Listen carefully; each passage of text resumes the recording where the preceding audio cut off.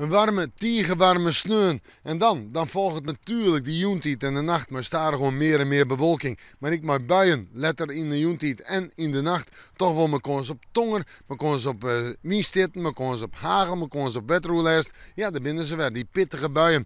En dus een waarschuwing voor de watersporters, gewoon van het wetter af. En dan morgen hoe daar. Ja, dat wordt toch wel een kwestie van bewolking. Ik wil wat zinnen, maar ik weet die buien, mijn kans op tongen, die komen van het westen uit naar het oosten toe.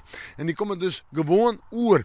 En dan hebben we rekening houden met die windsteden in die buien. En dan is het weer compleet juist. De temperatuur nu daar is aan 20 of 21 graden.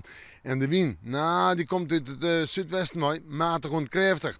En dan binnen we daar om begin takken wieken. Het fruitsjoch. Wel, dat wordt een fruitsjoch met de resten van de orkaan, ex-orkaan Katia. En die komt bij Schotland te listen. En dat betekent dat wij weer het noordige mooi krijgen. Op manje en tiesje, stormig waar. Op manje en tiesje buien, stormbuien. Maar kon ze op tonger, maar kon ze op zwieren windsteden. Dus die waarschuwing voor iedereen op het wetter bloed. En de temperaturen gaan waarom? Nou, het zijn 18 graden. En dat kan ik zomaar gewoon een echte volle storm worden.